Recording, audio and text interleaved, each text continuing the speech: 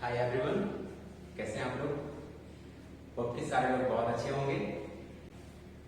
और I know कि आप लोग लेक्चर्स का काफी इंतजार कर रहे होंगे, लेकिन आप लोगों को लेक्चर्स मिल नहीं पा रहा था क्योंकि मैं गांव में था और सारे सेटअप उपलब्ध नहीं हो पा रहे थे।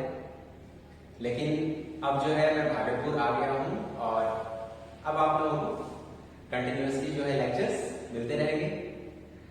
तो जैसा कि हम लोग पिछले लेक्चर में बात किए थे कि अगले लेक्चर से हम लोग रे ऑप्टिक्स का पढ़ाई शुरू करेंगे। तो जैसा कि आप लोग यहाँ पर देख सकते हैं कि रे ऑप्टिक्स और ज्योमेट्रिकल ऑप्टिक्स, बच्चों लास्ट क्लास में मैंने आप लोगों को बताया था और लास्ट लेक्चर जिन लोगों ने नहीं देखा है वो लोग एक बार जाकर के देख लीजिए।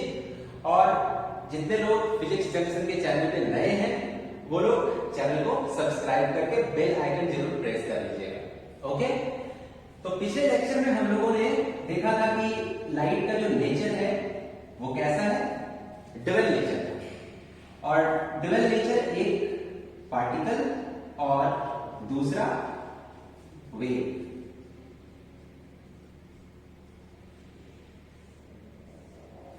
कुछ ऐसे लाइट के फेनोमेना थे जैसे reflection, refraction, photo electric effect, उनको हम लोग पार्टिकल के बेसिस पे एक्सप्लेन कर रहे थे।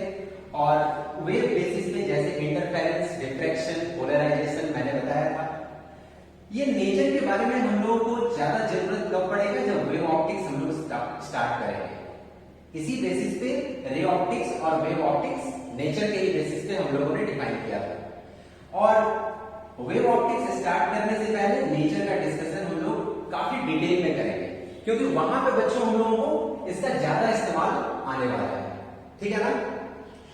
लेकिन वेव ऑप्टिक्स पढ़ने से पहले हम लोगों को रे ऑप्टिक्स पढ़ना बहुत ज्यादा जरूरी है क्योंकि मैंने पिछले ही क्लास में आपको बताया था कि 12th का सिलेबस को कैसे पढ़ना है, किस सीक्वेंस में पढ़ाई करना है, ठीक है ना। तो सीक्वेंस को हम लोग को फॉलो करते हुए और लाइट का एक अच्छा खासा नॉलेज यहाँ पे हम लोग गेन कर लेंगे रे ऑप्टिक्स के अंदर, फिर हम लोग स्विच कर जाएंगे कहां पे, वेव ऑप्टिक्स के अंदर। ओके, तो आज हम लोगों का टॉपिक है रे ऑप्टिक्स। स्टार्ट करते हैं। आज काफी बेसिक सी बातें होगी जो कि आप लोग क्लास 8 में भी पढ़े हुए होंगे, क्लास 10th में भी पढ़े हुए होंगे। और ये जो लेक्चर है जो बच्चे क्लास 10th के हैं उनके लिए भी काफी यूजफुल होगा, ठीक है ना। तो रे ऑप्टिक्स को आज हम लोग बेसिक से स्टार्ट करते हैं।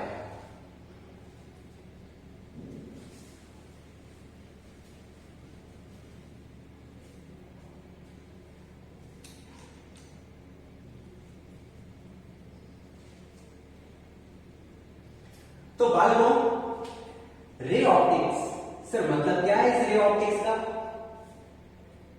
फिजिक्स का एक ऐसा ब्रांच या फिर यूं कहें कि ऑप्टिक्स का एक ऐसा ब्रांच जिसमें हम लोग लाइट को एक रे मान करके पढ़ते हैं, दैट इज रेक्टिलिनियर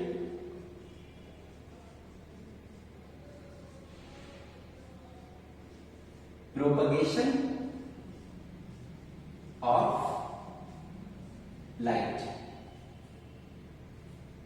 मैंने पिछले क्लास में आप लोगों को बताया था rectilinear propagation of light, that light should travel in a straight line. Sir बात यहां पे आई किसकी? रे की। सर रे किसे कहते हैं, इन चीजों को समझने के लिए हम लोग देखते हैं पहले। रे जो है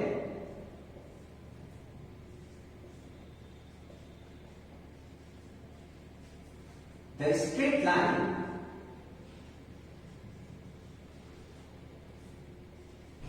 along which light travels, जिसके along की लाइट ट्रेवल करती है उसे हम लोग रे कहते हैं। जैसे रे को दिखाने के लिए एक स्ट्रेट लाइन इस तरीके से हम लोग लेते हैं और इसके ऊपर एक एरो हम लोग बनाते हैं। ये एरो ये बतलाता है कि इस डायरेक्शन में लाइट ट्रेवल कर रही है। तो यहीं से हम लोगों को ये क्लियरली समझ में आ रहा है कि कि हम लोग रे का इस्तेमाल कर रहे हैं, मतलब लाइट जो है वो स्ट्रेट लाइन में ट्रेवल कर रही है, ठीक है ना। ये रे एक तरह का थ्योरेटिकल कंसेप्ट है, एक थ्योरेटिकल कंसेप्ट है।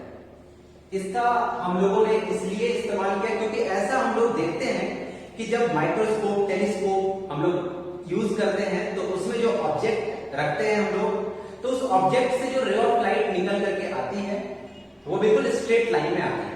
तो इसलिए लाइट स्ट्रेट लाइन में ट्रेवल करेगी और साथ ही साथ उसको दिखलाने के लिए हम लोग रे का इस्तेमाल करेंगे, ठीक है ना। तो अब हम लोग आगे बढ़ते हैं, ठीक है बच्चों। तो लिख लिए होंगे आपको।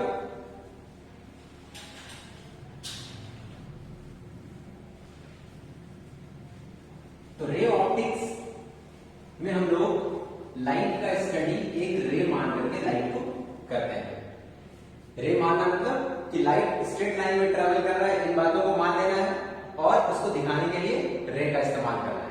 ज्योमेट्रिकल ऑप्टिक्स मतलब ये हुआ कि इसके जब आप न्यूमेरिकल सॉल्व करेंगे या फिर इसके डेरिवेशंस जब हम लोग करेंगे, मिरर फार्मूला, लेंस फार्मूला, तो वहां पे काफी सारे ज्योमेट्री के नॉलेज हमारे काम में आएंगे। जैसे कि जो 10th में आप लोगों ने पढ़ा होगा, 9th में भी पढ़ा होगा, similar triangles, congruent triangles, angles के बीच का क्या प्रॉपर्टीज होता है, उन सब चीजों के बारे में हम लोगों को जो नॉलेज मिले हैं वहां पे, वो सारे हम लोग यहाँ पे इस्तेमाल करेंगे। ओके, तो अब हम लोग देखते हैं सबसे इंपॉर्टेंट कि टाइप्स ऑफ रेज।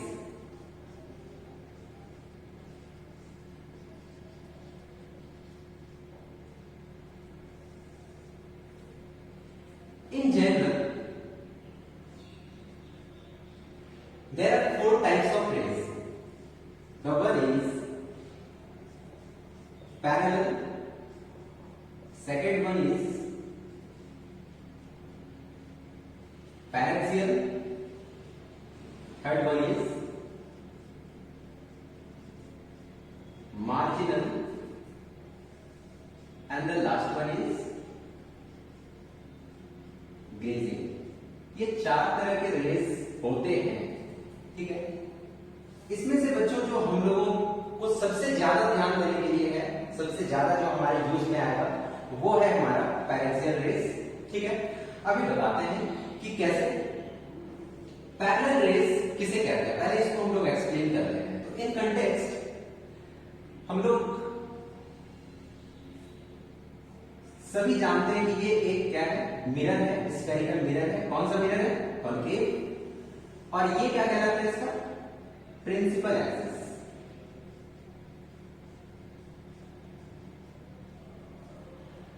बच्चों जो भी रे, अगर लाइट इस प्रिंसिपल एक्सिस के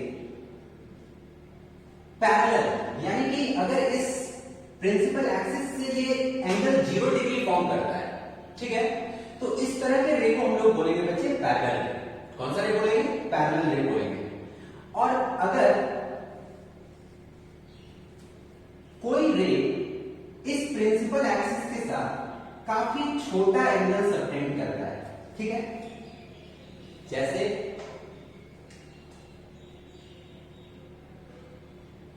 ये अगर देखा जाए तो यहां पे जो एंगल है ये थीटा, ये बहुत ही ज्यादा स्मॉल है, ठीक है। तो जब थीटा का वैल्यू हमारा काफी ज्यादा स्मॉल होगा, काफी कम होगा, उस समय इस रे को हम लोग बोलेंगे पैरेक्सियल रे। कौन सा रे बोलेंगे, पैरेक्सियल रे, ठीक है। और ऐसा कहा जाता है कि अप्रोक्सीमेट 0 to 5 डिग्री के बीच में ऐसा अप्रोक्सीमेशन लिया जाता है कि पैरेक्सियल रेज जो है वो प्रिंसिपल एक्सिस से एंगल फॉर्म करते हैं, ठीक है। अब तीसरा है मार्जिनल रेज। अगर कोई रे इसी प्रिंसिपल एक्सिस के साथ काफी बड़ा एंगल फॉर्म करता है, जैसे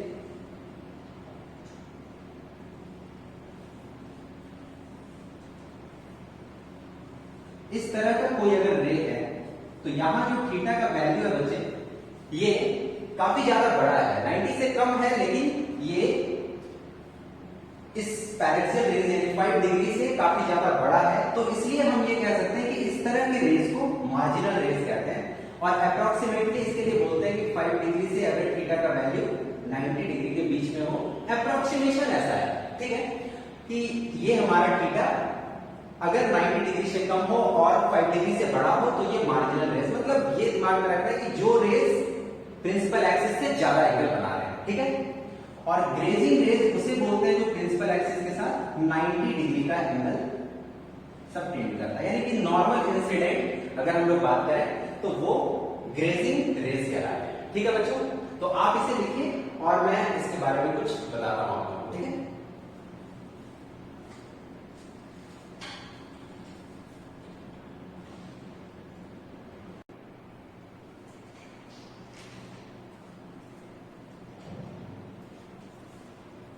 होप कि आप लोगों ने लिख लिया होगा।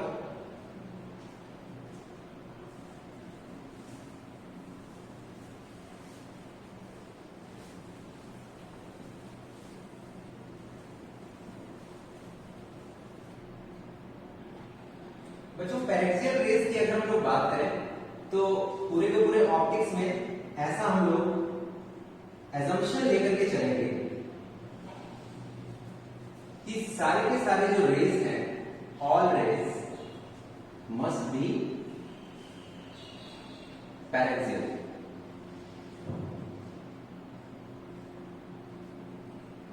विच are almost parallel but not parallel. Paraxial rays जो है वो पैरेलल के जैसा ही होता है, लेकिन वो पैरेलल नहीं है, एग्जैक्टली वो पैरेलल नहीं है, ठीक है ना। तो पैरेक्सियल रेज सारे के सारे ऑप्टिक्स में, क्योंकि जो भी डेरिवेशन हम लोग करेंगे, चाहे वो मिरर फार्मूला का होगा, चाहे वो लेंस फार्मूला का होगा, तो वो डेरिवेशन हमारे लिए वैलिड या फिर वो डेरिवेशन हमारे लिए पॉसिबल तभी हो पाएगा जब रेज हम लोग पैरेक्सियल मानेंगे, ठीक है। ये जब हम वहां पे डेरिवेशन करेंगे तो आप लोगों को ऐसा दिखेगा और वहां पे हम इन चीजों को ज्यादा एक्सप्लेन भी करेंगे। तो अभी हमको ये नोट करके चलना है कि पूरे के पूरे ऑप्टिक्स में ऐसा इलस्ट्रेट करके चलेंगे, ऐसा एज्यूम करके चलेंगे कि जो रेज होंगे वो क्या होंगे, पैरेक्सियल, ठीक है ना। और दूसरा चीज यहां पे हम लोग एक और बात को एज्यूम करेंगे,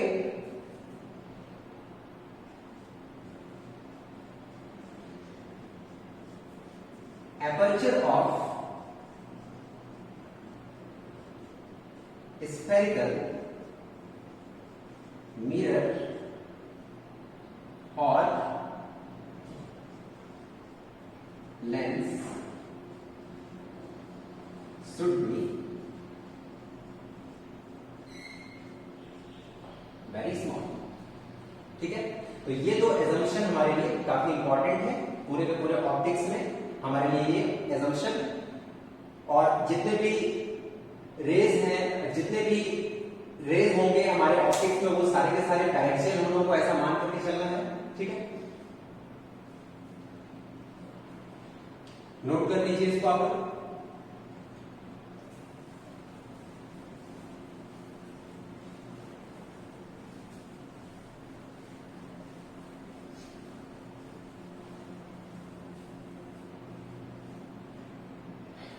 नेक्स्ट पॉइंट पे आते हैं,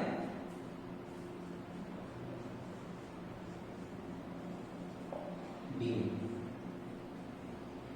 बीम किसे कहते हैं आप लोग जानते होंगे इसके बारे में।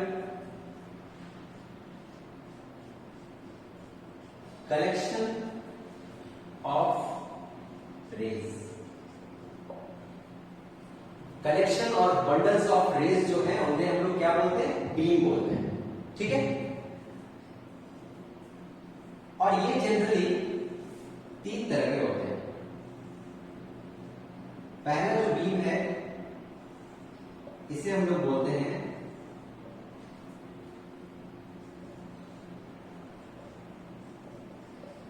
पैरेलल बीम, और दूसरा बीम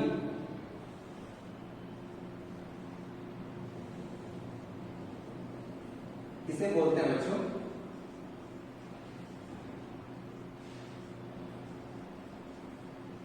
कन्वर्जिंग बीम। और तीसरा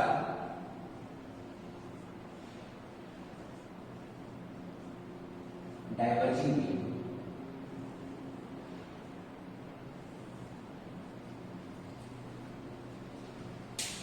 ऐसे बीम जिसमें कि energy per unit area constant है। जैसे अभी अगर देखें तो इतने बड़े एरिया में लाइट क्या है, एक एनर्जी है, ठीक है। इतने बड़े एरिया में सपोज दैट अगर देखें 10 जूल का एनर्जी है, ठीक है। तो यही यहां पे क्योंकि एनर्जी क्या neither be created nor be destroyed, तो यहां भी कितना रहेगा भाई 10 जूल। तो एनर्जी जो है और एरिया दोनों क्या है कांस्टेंट, तो energy per unit area parallel beam के केस में क्या रहेगा कांस्टेंट रहेगा। तो एनर्जी पर यूनिट एरिया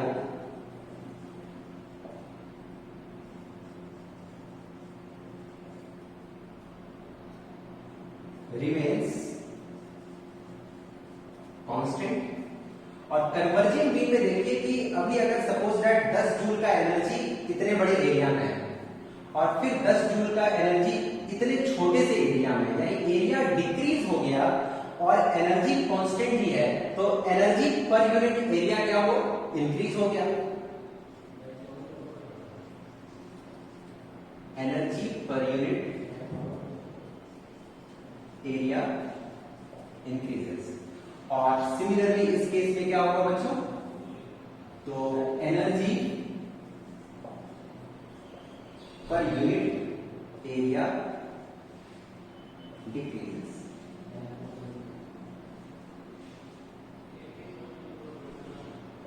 ठीक है बच्चों, तो आप लोग जल्दी से इसे नोट कीजिए, ठीक है। और फिर स्टार्ट।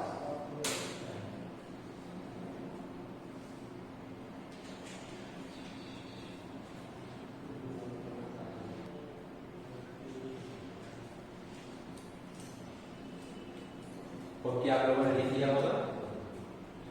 अब जो है हम लोग रब करें इसको। तो बीम तीन तरह के होते हैं, पैरेलल, कन्वर्जिंग और डाइवर्जिंग। जो एक जगह पे जाकर के कन्वर्ज करता हुआ अपीयर हो, ठीक है, उसे कन्वर्जिंग कहेंगे। जो किसी एक पॉइंट से डाइवर्ज करता हुआ अपीयर हो, जैसा कि आप लोग देखे होंगे इस तरह का जो नॉर्मल सा टॉर्च आप लोग जलाते हैं, उसमें आप देखे होंगे कि इस तरह के बीम निकलते हैं। और सर्च लाइट्स जो कि सीबीआई लोग इस्तेमाल करते हैं, सर्च लाइट्स जिसमें कि पैराबोलिक मिरर लगा हुआ होता है। जब मिरर फॉर्मूला पढ़ाएंगे वहां पे पैरेक्सियल बीम और इसके बारे में मैं आपको डिस्कस करूंगा, ठीक है। तो बच्चों आगे हम लोग बढ़ते हैं।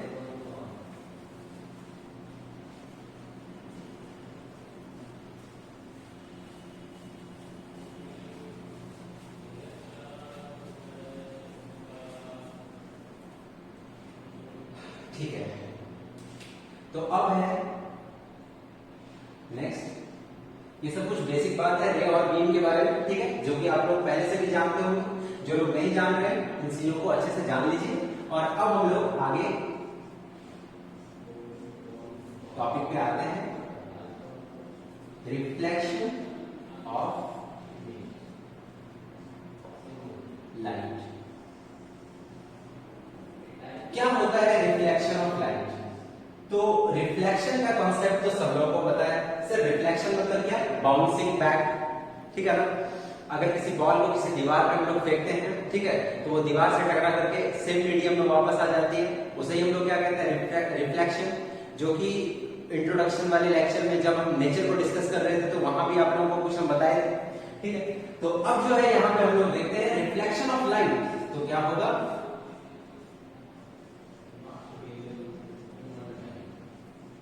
बाउंसिंग बैक of light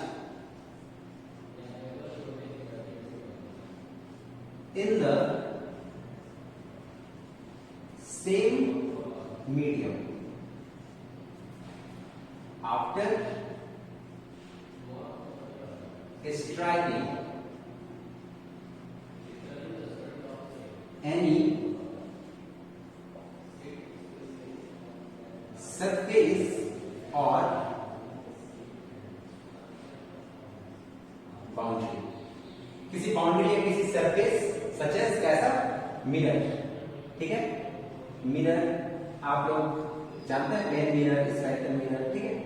तो जनरली किसी सरफेस से टकरा करके वापस आ जाना सेम मीडियम में रिफ्लेक्शन कहलाता है। तो लाइट का रिफ्लेक्शन, लाइट जब किसी मिरर पे आकर के इंसिडेंट करती है तो सेम मीडियम में वापस हो जाना। किसी ग्लास से भी अगर वो टकराती है तो भी वो वापस हो जाना, ठीक है ना, उसको हम लोग रिफ्लेक्शन कहते हैं। बच्चों थोड़ा सा एक कंफ्यूजन क्या होता है ना हम लोगों के मन में कि सर मिरर से ही केवल रिफ्लेक्शन होगा क्या, ठीक है, या फिर अगर ट्रांसपेरेंट ग्लास ले तो उससे रिफ्लेक्शन नहीं होगा क्या। तो मैं छोटा सा चीज आप लोगों को बता देता हूं कि किसी भी सरफेस से जब एनर्जी इंसिडेंट होती है ना, ठीक है, कोई एनर्जी जब किसी सरफेस पर इंसिडेंट होती है, ठीक है, तो इंसिडेंट होने के बाद उसके कुछ परसेंटेज रिफ्लेक्ट कर जाते हैं और उसके कुछ परसेंटेज रिफ्रैक्ट कर जाते हैं, या फिर ये कहें कि ट्रांसमिट कर जाते हैं, और कुछ परसेंटेज वो सरफेस उसे एब्जॉर्ब कर लेता है, ठीक है ना। तो जब भी कोई एनर्जी किसी सरफेस से इंसिडेंट होती है तो तीन फेनोमेना होता है, रिफ्लेक्शन, एब्जॉर्प्शन और साथ ही साथ ट्रांसमिशन, ठीक है ना। अगर ये ओपेक है, ठीक है, अगर एक ही तरफ उसे हम लोग देख सकते हैं कि एक ही तरफ वो जा सकता है, दूसरी तरफ वो जा नहीं सकता, ठीक है, तो वहां से केवल और केवल रिफ्लेक्शन होगा।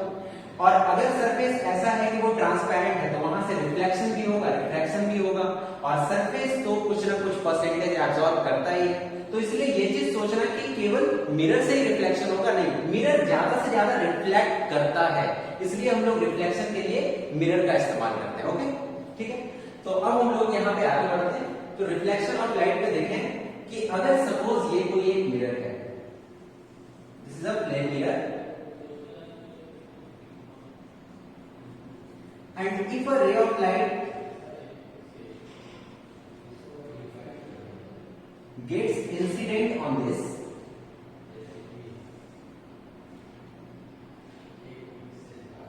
तो ये सेम मीडियम में वापस आ जाती है, इसे हम लोग रिफ्लेक्शन कहते हैं। यही होता है हम लोगों का रिफ्लेक्शन। इसमें बच्चों ध्यान देने वाली बात यह है कि इसे हम लोग बोलते हैं इंसिडेंट रे, और ये कहलाता है हम लोगों का रिफ्लेक्टेड रे। और ये जो लाइन आप लोगों को दिख रहा है बच्चे, ये कहलाता है नॉर्मल। नाम से ही हम लोगों को पता चल रहा है नॉर्मल क्या होता है। कोऑर्डिनेट ज्योमेट्री 11th में आप लोगों ने पढ़ा होगा कि नॉर्मल किसी भी सरफेस पे क्या होता है, परपेंडिकुलर होता है, ठीक है ना। तो फिजिक्स में भी आप लोगों ने पढ़ा होगा नॉर्मल रिएक्शन, ठीक है, 11th क्लास में लॉज ऑफ मोशन में, ठीक है। तो नॉर्मल हमेशा क्या होता था, सरफेस के परपेंडिकुलर। तो नॉर्मल जो है वो मिरर में या सरफेस पे किसी भी जगह पे अगर हम लोगों को ड्रॉ करना है नॉर्मल, तो वो सरफेस पे क्या करेंगे हम लोग, परपेंडिकुलर। इन सब बातों को याद रखेंगे बच्चे, क्योंकि आज का जो लेक्चर है ये आगे कई सारे लेक्चर में यही सब बातों का हम लोग इस्तेमाल करेंगे। ओके, तो अब जो है ये जो एंगल होता है बच्चे, इसे हम लोग बोलते हैं, क्या बोलते हैं, एंगल ऑफ इंसिडेंस। और ये एंगल होता है एंगल ऑफ रिफ्लेक्शन। और इस एंगल को क्या कहते हैं, कुछ लोग जान रहे होंगे, कुछ लोग नहीं जान रहे होंगे, इसे हम लोग बोलते हैं बच्चे ग्लैंसिंग एंगल। Glancing angle. जल्दी से आप लोग इसे नोट कीजिए, फिर हम लोग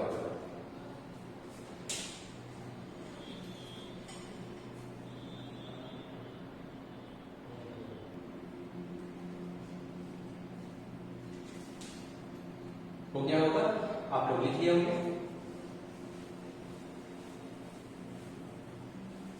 तो हमने कहा कि ये क्या है, incident ray, reflected ray, normal, and this one is mirror. और ये हमारा ग्लैंसिंग एंगल कहलाता है, angle of incidence, angle of reflection. जो भी एंगल होता है वो हमेशा क्या होता है, नॉर्मल के साथ सबटेंड होता है। अब laws of reflection,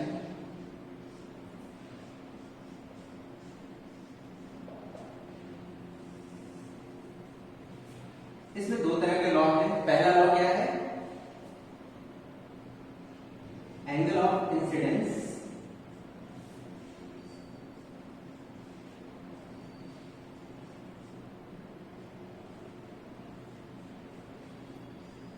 is always equal to angle of reflection, that is angle I is equal to angle R. ठीक है? This is valid for all types of surfaces, whether it is rough or smooth. ये matter नहीं करता कि हमारा surface rough है या smooth, ये लॉ हर जगह पर वैलिड होता है। और दूसरा लॉ हम लोगों का ये है,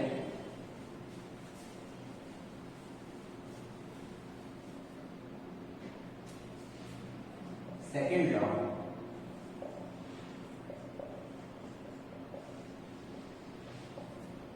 the incident ray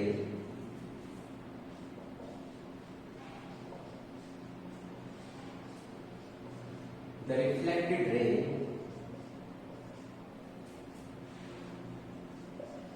and the normal all lie in the same plane। मतलब कि ये जो इंसिडेंट रे है, रिफ्लेक्टेड रे और ये नॉर्मल, तीनों एक ही प्लेन में लाई करते हैं। और प्लेन आप लोगों ने पढ़ा होगा क्लास 11 में, कोऑर्डिनेट में भी आप लोग पढ़े होंगे मैथमेटिक्स में, और जिन लोगों ने मैथ्स में नहीं भी पढ़ा होगा वो लोग फिजिक्स में भी आप लोगों को बेसिक मैथ्स में पढ़ाया गया होगा। ठीक है, जितने लोग 11 में पढ़े होंगे, जिनको मैंने पढ़ाया, तो बेसिक मैथ्स में आप लोगों को मैंने बता दिया होगा कि ये जो है बच्चे एक्सिस तीन तरह के होते हैं, एक एक्स होता है, दूसरा वाई होता है और ये जेड होता है। इसे हम लोग बोलते हैं एक्स वाई प्लेन, और ये कहलाता है वाई जेड प्लेन, और ये हमारा है जेड एक्स प्लेन। याद करो, वेक्टर में मैंने ये सब सारी चीजें आप लोग को बताया। ठीक है बात को? तो यहां पे हम लोग ये देखते हैं कि अगर सपोज एक्स के डायरेक्शन में हम लोग मिरर को मान लेते हैं, ठीक है, तो ये हमारा इंसिडेंट रे और ये हमारा रिफ्लेक्टेड रे और ये हमारा नॉर्मल, तीनों को ही अगर देखा जाए तो क्या है, एक ही प्लेन में लाई कर रहे हैं। ठीक है ना? तो इसीलिए सेकेंड लॉ ये कहा जाता है कि तीनों जो है इंसिडेंट रे, रिफ्लेक्टेड रे और normal at the point of incidence, वो तीनों के तीनों क्या होते हैं, एक ही प्लेन में लाई कर रहे होते हैं। ओके, तो ये जो लॉ ऑफ रिफ्लेक्शन है बच्चे, ये हर तरह के सरफेस के लिए वैलिड होते हैं, चाहे वो रफ हो चाहे वो स्मूथ हो। और सरफेस के बेसिस पे दो तरह के रिफ्लेक्शन कैरी आउट किए जाते हैं। ठीक है, जल्दी से आप लोग इसे नोट कीजिए, फिर हम लोग आगे तुरंत स्विच करते हैं।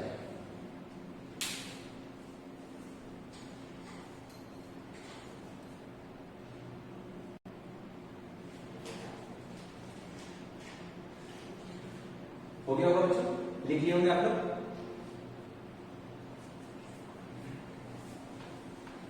तो दो तरह के लॉ होते हैं रिफ्लेक्शन का। Angle of incidence is always equal to angle of reflection. इस चीजों को आप लोग याद रखेंगे। ठीक है, और जितने भी बच्चों आप लोग लेक्चर्स देख रहे हैं, अगर आपके छोटे भाई छोटी बहन क्लास 10th में है तो उनके लिए भी ये लेक्चर काफी ज्यादा इंपॉर्टेंट होगा। ठीक है, अभी बिल्कुल जो 10th में आप लोग पढ़े हैं उसी सब चीजों को हम लोग यहाँ पे डिस्कस कर रहे हैं। ठीक है, तो आप लोगों को हमेशा याद रखना है कि जो सपोज इस तरह का कोई एक प्लेन मिरर है, इस पे अगर एक कोई रे ऑफ लाइट इस तरह से इंसिडेंट होता है, तो इसका जो एंगल है, अगर सपोज दैट ये 30 डिग्री है, तो हम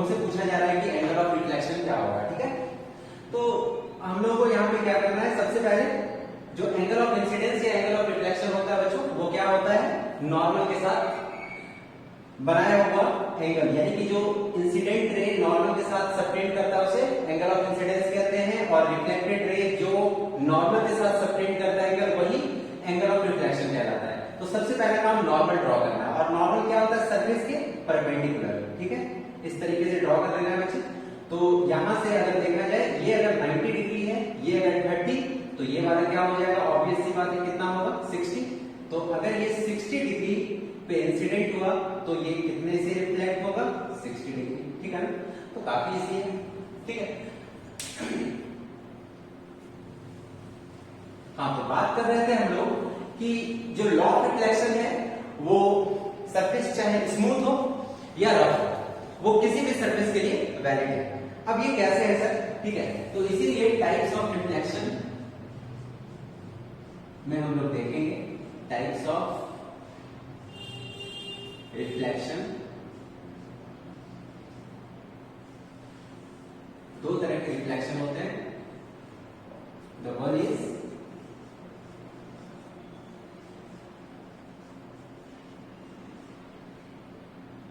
regular reflection and the second one is irregular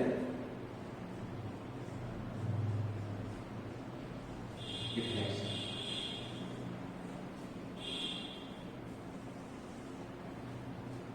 regular reflection वो जो कि स्मूथ सरफेस से कैरी आउट होता है, और इरेगुलर वो जो कि रफ सरफेस या स्पेक्युलर सरफेस से कैरी आउट होता है। और फ्रिक्शन में आप लोगों ने पढ़ रखा है कि कोई भी चीज आइडियली स्मूथ नहीं होता, मिरर को माना जाता है कि वो स्मूथ है। ठीक है, और बाकी बात जैसे वॉल हो गए, चेयर हो गए, टेबल हो गए, ये सब कोई भी सरफेस स्मूथ नहीं होते हैं। ठीक है, तो रेगुलर रिफ्लेक्शन में बच्चे सपोज दैट ये कोई मिरर है, प्लेन मिरर, उस surface is very smooth, plane mirror which is smooth. इसमें अगर हम लोग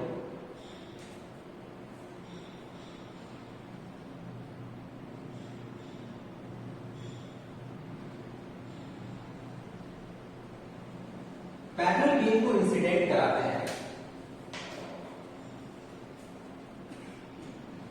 अगर एक प्लेन मिरर पे हम लोग पैरेलल बीम को इंसिडेंट कराते हैं तो ये रिफ्लेक्ट होने के बाद, ठीक है, हर जगह पे नॉर्मल हमने ड्रॉ किया, और जो एंगल ऑफ इंसिडेंस होगा उतना ही एंगल ऑफ रिफ्लेक्शन होगा। तो उस हिसाब से अगर हम लोग यहाँ पे ड्रॉ करें तो रिफ्लेक्ट होने के बाद भी ये सारी रेज एक दूसरे के पैरेलल होते हैं, यानी कि पैरेलल बीम इंसिडेंट हुआ तो वो रिफ्लेक्ट होने के बाद भी पैरेलल ही हम लोग को मिले। ठीक है, तो रेगुलर रिफ्लेक्शन उसे कहते हैं जिसमें कि अगर पैरेलल बीम को इंसिडेंट कराया जाए तो पैरेलल बीम ही वो रिफ्लेक्ट करता है। ठीक है, और इरेगुलर सरफेस पे अगर हम लोग देखें तो सरफेस हमारा यहां पे स्मूथ नहीं होता। जैसे कि एक बॉल को ले लें, टेबल को ले लें, ठीक है, एक चेयर को ले लें, तो उसके जो सरफेस होते हैं वो स्मूथ नहीं होते। ठीक है, उसके जैसा कि फ्रिक्शन में आप लोगों को मैंने बताया था। ठीक है, अगर माइक्रोस्कोपिक लेवल पे देखें तो उसके सरफेस कुछ इस तरीके के हम लोगों को लगेंगे। अगर इसमें पैरेलल बीम को बच्चों हम लोग इंसिडेंट करवाते हैं, सपोज दैट इस तरीके से यहां पे पैरेलल बीम इंसिडेंट हुए,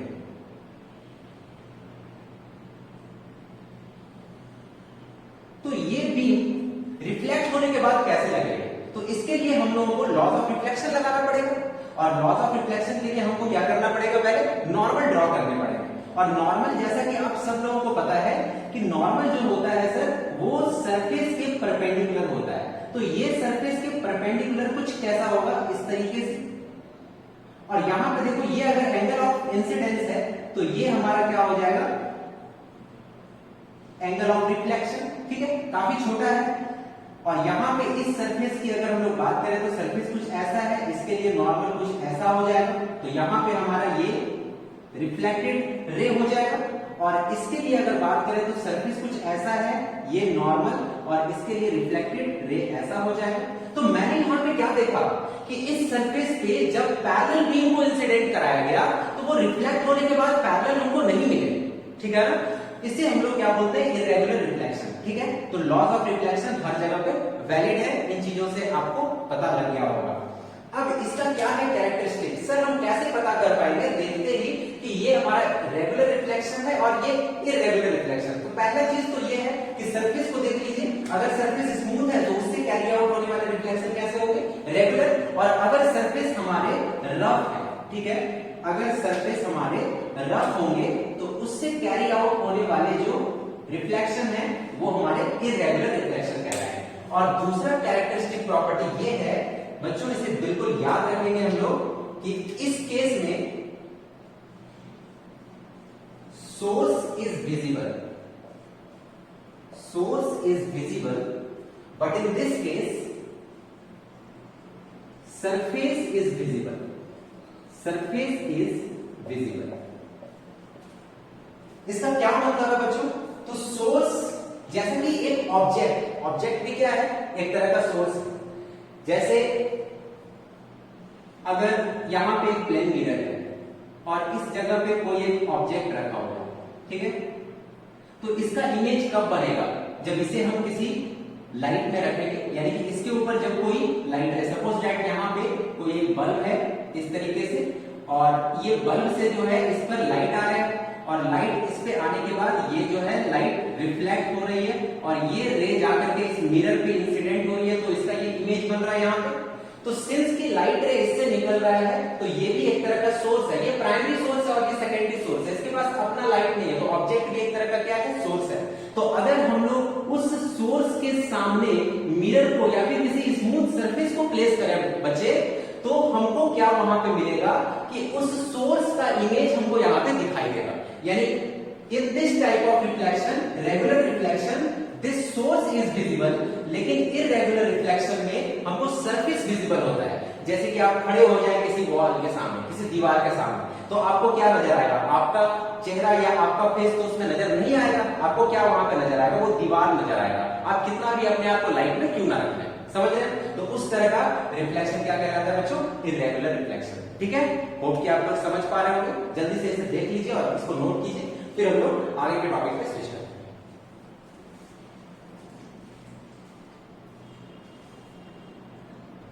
ठीक है बच्चों, ठीक है बच्चों, देख लिया होंगे आप लोग, ठीक है। तो ये बिल्कुल बेसिक सा चीज था, रिफ्लेक्शन जानना, जो कि काफी लोगों को पता होगा और कुछ लोगों को नहीं भी मालूम होगा, तो कोई बात नहीं, हम लोग बिल्कुल बेसिक से चलेंगे बच्चे, ठीक है, एक एक चीजों को कंप्लीट करते हुए चलेंगे। और इसके बाद अब रिफ्लेक्शन का यूज देखेंगे, ठीक है, कि रिफ्लेक्शन मिरर से किस तरीके से होता है, ठीक है। तो रिफ्लेक्शन अब हम लोग जो देखने वाले हैं, रिफ्लेक्शन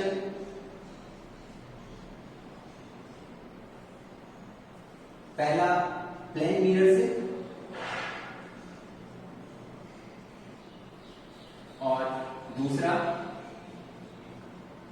स्फेरिकल मिरर से।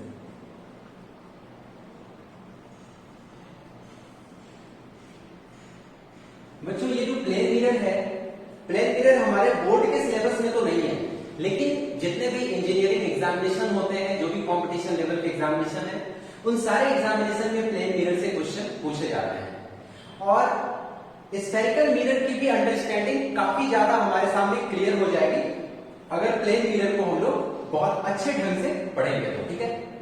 तो अगले लेक्चर से बच्चे प्लेन मिरर पे हम लोग बहुत डिटेल में बात करेंगे, बिल्कुल बेसिक से लेकर के एपेक्स लेवल तक। और अगली लेक्चर जो होगी बच्चे, वो प्लेन मिरर के ऊपर सारी चीजों को हम लोग डिस्कस करने वाले हैं, ठीक है।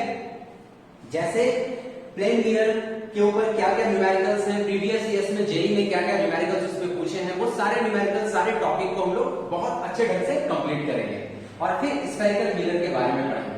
बच्चों ये जो रे ऑप्टिक्स है, इससे बोर्ड एग्जामिनेशन काफी ज्यादा क्वेश्चंस पूछती है, ठीक है।